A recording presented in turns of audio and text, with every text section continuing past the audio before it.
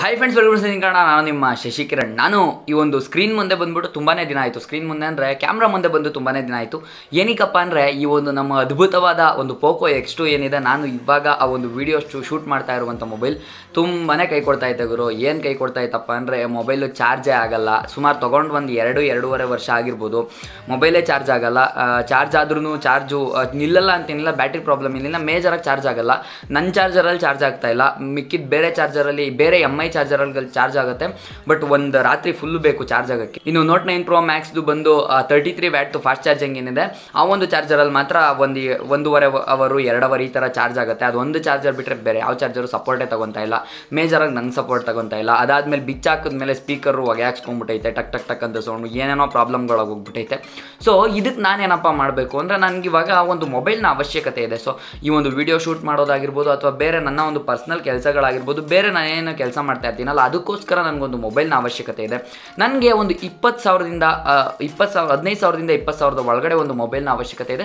So ನಾನು ಯಾವ ಒಂದು ಮೊಬೈಲನ್ನು ತೊಗೊಬೇಕು ಅಂತ ಡಿಸೈಡ್ ಮಾಡ್ಕೊಂಡಿದ್ದೀನಿ. ಅಂದರೆ ನಾನು ನಿಮಗೆಲ್ಲ ರೆಕಮೆಂಡ್ ಮಾಡ್ತಾ ಇರ್ತೀನಿ. ಸೊ ಪರ್ಸ್ನಲಿ ನಾನು ಒಂದು ಮೊಬೈಲನ್ನು ತೊಗೋಬೇಕು ಅಂದ್ಕೊಂಡ್ರೆ, ಈ ಒಂದು 15,000ರಿಂದ 20,000 ಒಳಗಡೆ ಒಂದು ಮೊಬೈಲನ್ನು ತೊಗೊಬೇಕು ಅಂದ್ಕೊಂಡ್ರೆ ಯಾವ ಒಂದು ಮೊಬೈಲನ್ನು ತೊಗೋಬೋದು, ಯಾವ ಒಂದು ಮೊಬೈಲ್ ನನಗೆ ಬೆಸ್ಟ್ ಆಗುತ್ತೆ, ಸೊ ಇದ್ರ ಬಗ್ಗೆ ಎಲ್ಲ ಡೀಟೇಲ್ಸನ್ನು ತಿಳಿಸ್ತಾ ಇದ್ದೀನಿ. ಸೊ ಬನ್ನಿ ಹಾಗಾದರೆ ವಿಡಿಯೋನ ಸ್ಟಾರ್ಟ್ ಮಾಡೋಣ. ಅದಕ್ಕೂ ಮೊದಲೇ ನೀವೇನಾದರೂ ಇನ್ನೂ ನಮ್ಮ ಚಾನಲ್ಗೆ ಸಬ್ಸ್ಕ್ರೈಬ್ ಮಾಡಿಲ್ಲ ಅಂದರೆ ಕೆಳಗಡೆ ಕಾಣ್ತಾ ರೆಡ್ ಬಟನ್ ಸಬ್ಸ್ಕ್ರೈಬ್ ತಿಳ್ಕೊಂಡು ಬೆಲ್ಲೈಕನ್ ನೋಟಿಫಿಕೇಶನ್ ಆನ್ ಮಾಡ್ಕೊಳ್ಳಿ ಫ್ರೆಂಡ್ಸ್. ನಮ್ಮ ಇಷ್ಟರೆ ಲೈಕ್ ಮಾಡಿ, ಶೇರ್ ಮಾಡಿ, ವಿಡಿಯೋನ ಕೊನೆವರೆಗೂ ನೋಡಿ. ಬನ್ನಿ ಹಾಗಾದ್ರೆ ವಿಡಿಯೋನ ಸ್ಟಾರ್ಟ್ ಮಾಡೋಣ.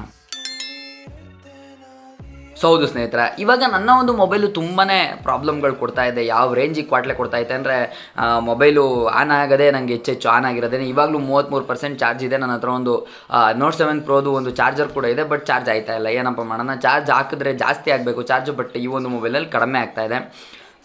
ಏನು ಮಾಡೋದು ಅಂತಲೇ ಗೊತ್ತಾಗ್ತಿಲ್ಲ. ಅದಕ್ಕೋಸ್ಕರ ನಾನೇನಪ್ಪ ಮಾಡ್ತಾಯಿದ್ದೀನಿ, ಇವತ್ತು ಭಾನುವಾರ, ಇವತ್ತು ನಾನು ಒಂದು ಮೊಬೈಲನ್ನು ತೊಗೋಬೇಕು ಅಂತ ಡಿಸೈಡ್ ಮಾಡಿದ್ದೀನಿ.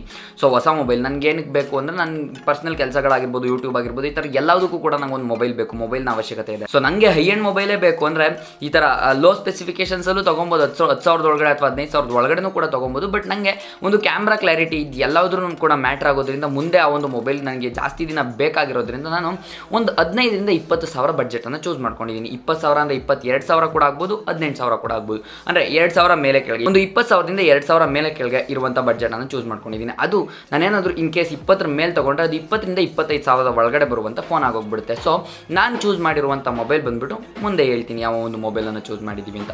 ಸೊ ನಾನು ಯಾವಾಗಲಿಂದ ಮೊಬೈಲ್ನ ಹುಡುಕ್ತಾ ಇದ್ದೀನಪ್ಪ ಅಂದರೆ, ಯಾವ ಮೊಬೈಲ್ ತೊಗೊಳ್ಳಿ ಅಂತ ನಿನ್ನೆಯಿಂದ ಮೊಬೈಲ್ ಹುಡುಕ್ತಾ ಇದ್ದೀನಿ. ನನಗೇನಾದರೂ ಯಾರಾದರೂ ಒಂದು 10,000ರಿಂದ 15,000 ಒಳಗಡೆ ಒಂದು ಮೊಬೈಲನ್ನು ತೊಗೋಬೇಕು ಅಂದ್ಕೊಂಡ್ರೆ, ನಾನು ರೆಡ್ಮಿ Note 11 ಸೀರೀಸ್ನ ಇವಾಗ ರೆಕಮೆಂಡ್ ಮಾಡ್ತೀನಿ. ಅಂದರೆ Note 11 ಸೀರೀಸ್ ಇವಾಗ ಒಂದು ರೇಂಜಿಗೆ ಬರ್ತಾ ಇದೆಯಲ್ಲ, ಸೊ ಆದ್ದರಿಂದ Note 11 ಸೀರೀಸ್ನ ರೆಕಮೆಂಡ್ ಮಾಡ್ತೀನಿ. ಇಲ್ಲಾಂದರೆ ಪೋಕೋ M3 Pro ಈ ಥರದ ಒಂದು ಸ್ಮಾರ್ಟ್ಫೋನ್ಗಳನ್ನು ಕೂಡ ರೆಕಮೆಂಡ್ ಮಾಡ್ತೀನಿ.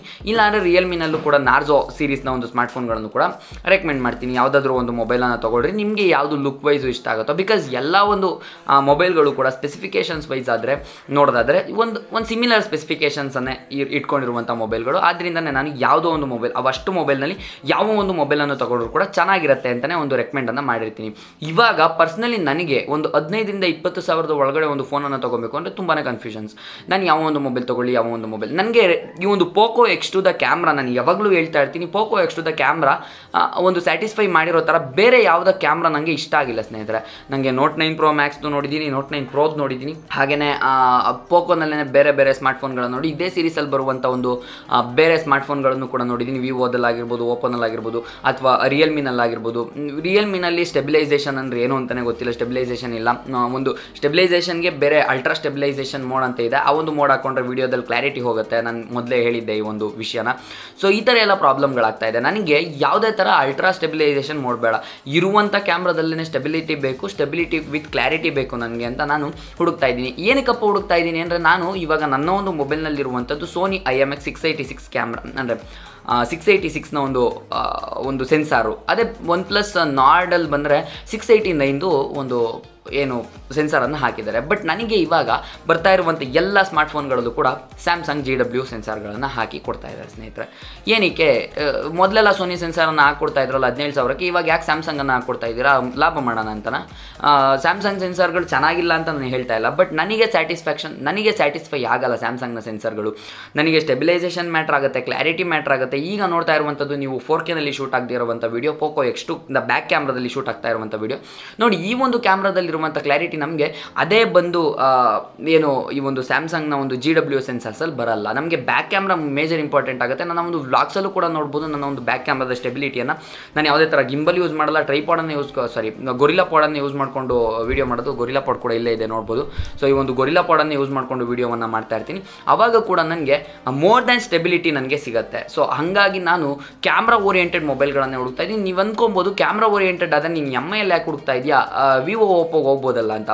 ವಿವೋ ಓಪೋಗೆ ಹೋಗ್ಬೋದು, ಬಟ್ ನಂಗೆ ಪರ್ಫಾರ್ಮೆನ್ಸು ಅವಶ್ಯಕತೆ ಇದೆ. ಕ್ಯಾಮ್ರಾ ಓರಿಯೆಂಟೆಡ್ ಪರ್ಫಾರ್ಮೆನ್ಸ್ ನನಗೆ ಫುಲ್ಲಿ ಲೋಡೆಡ್ ಮೊಬೈಲ್ ಆಗಿ ಸಿಕ್ಕಿತ್ತು ಬಂದು ಈ ಒಂದು ಪೋಕೋ X2. ಆವಾಗ 18,000ಕ್ಕೆ ನನಗೆ ಈ ಒಂದು ಮೊಬೈಲ್ ಸಿಕ್ಕಿತ್ತು. ಆದರೆ ಇವಾಗ ನನಗೆ ಈ ಥರ ಇಷ್ಟು ಸ್ಯಾಟಿಸ್ಫ್ಯಾಕ್ಷನ್ ನೀಡುವಂಥ ಮೊಬೈಲ್ ಯಾವುದೂ ಕೂಡ ಸಿಗ್ತಾ ಇಲ್ಲ ಸ್ನೇಹಿತರೆ.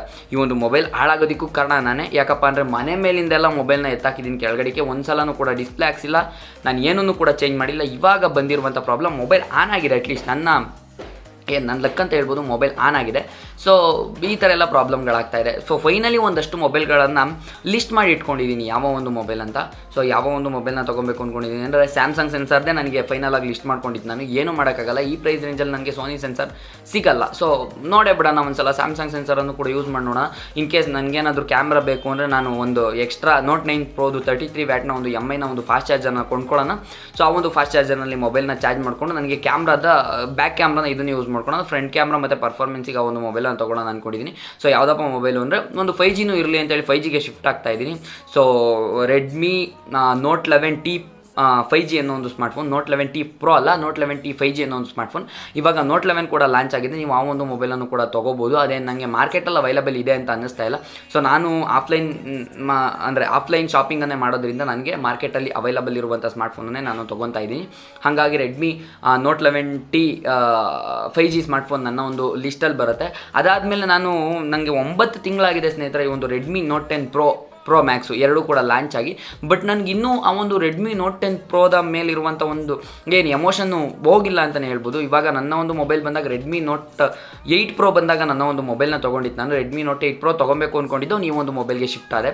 ಸೊ ನನಗೆ ಈ ಒಂದು ಮೊಬೈಲ್ದು ಸ್ಯಾಟಿಸ್ಫ್ಯಾಕ್ಷನ್ ಅಂದರೆ ಈ ಒಂದು ಮೊಬೈಲ್ನ ಒಂದು ಫೀಚರ್ಸು ನನಗೆ ಓಕೆ ಅನ್ನಿಸ್ತು. ನಾನು ಈ ಒಂದು ಮೊಬೈಲ್ಗೆ ಶಿಫ್ಟ್ ಆಗಿದೆ. ಇವಾಗ ಅದರಿಂದ 2 ಸೀರೀಸ್ ಮುಂದೆ ಇದೆ ಅಷ್ಟೇ, ರೆಡ್ಮಿ Note 10 Pro. ಬಟ್ 9 ತಿಂಗಳು ಹಳೆ ಫೋನು, ಹಾಗಾಗಿ ನನಗೆ ಕನ್ಫ್ಯೂಷನಲ್ಲಿ ಇದ್ದೀನಿ ನಾನು ಇನ್ನು ಯಾವ ಒಂದು ಫೋನನ್ನು ತೊಗೊಬೇಕು ಅಂತ. ಈ ಒಂದು ರೆಡ್ಮಿ Note 11T 5G ಏನು ಸ್ಮಾರ್ಟ್ಫೋನ್ ಇದೆ, ಈ ಒಂದು ಸ್ಮಾರ್ಟ್ಫೋನ್ ರಿಲೀಸ್ ಆಗಿಬಿಟ್ಟು ಸುಮಾರು ಒಂದು 2 ತಿಂಗಳಾಗಿದೆ ಅಷ್ಟೇ. ಹಾಗಾಗಿ ನಾನು ಆ ಒಂದು ಸ್ಮಾರ್ಟ್ಫೋನ್ನೇ ತೊಗೊಳ್ಳೋಣ ಅಂದ್ಕೊಂಡಿದ್ದೀನಿ. ಸೊ ಆ ಒಂದು ವ್ಲಾಗನ್ನು ಕೂಡ ನೋಡ್ತೀರಾ ನೀವು, ಯಾವ ಒಂದು ಸ್ಮಾರ್ಟ್ಫೋನನ್ನು ತೊಗೊತೀನಿ, ಯಾವ ಥರ ತೊಗೊತೀನಿ ಅಂತ. ಇದಿಷ್ಟು ಇವತ್ತಿನ ಒಂದು ವಿಡಿಯೋ ಏನಾದರೂ ಸ್ವಲ್ಪ ಆದರೂ ಯೂಸ್ಫುಲ್ ಆಗಿದೆ ಅಂದ್ಕೊಂಡಿದ್ದೀನಿ. ನಿಮಗೆ ಯಾವ ಒಂದು ಮೊಬೈಲ್ ತೊಗೋಬೇಕು ಅಂತ ಐಡಿಯಾ ಸಿಕ್ಕಿದೆ ಅಂದ್ಕೊಂಡಿದ್ದೀನಿ.